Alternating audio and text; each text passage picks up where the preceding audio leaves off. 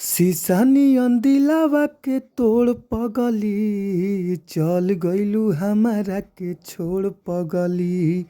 शीशा नियन दिलावा के तोड़ पगली, चल गइलू हमारा के छोड़ पगली। त जी हाँ, रउआ सब कइसन बानी जा और आशा ना बल्कि विश्वास बा कि रउआ सब बहुत बढ़िया होखब जा, मस्त होखब जा, खुश होखब जा। तो रउआ सबके बीच में बहुत ही ज़बरदस्त, बहुत ही लाजवाब सैड सॉन्ग हम लेके आ गइल बानी। जौना सैड सॉन्ग के नाम बाटे शीशा नियर दिलवा के तोड़ पगली। तो रउआ सबके बीच में हम लेके आ गइल बानी।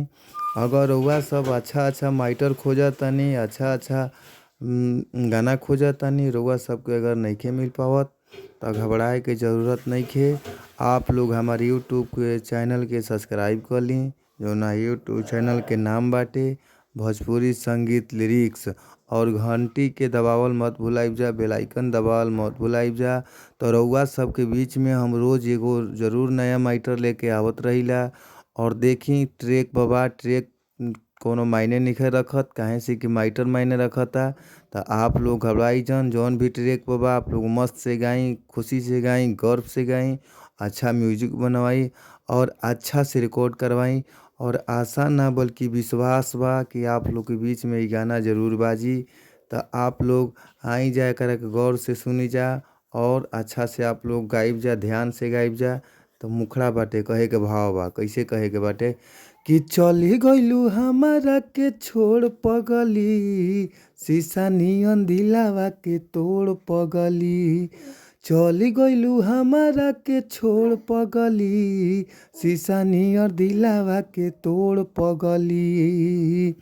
बड़ा पछतइबू लौट के अइबू, तोड़ी जब दिल केहू और पगली।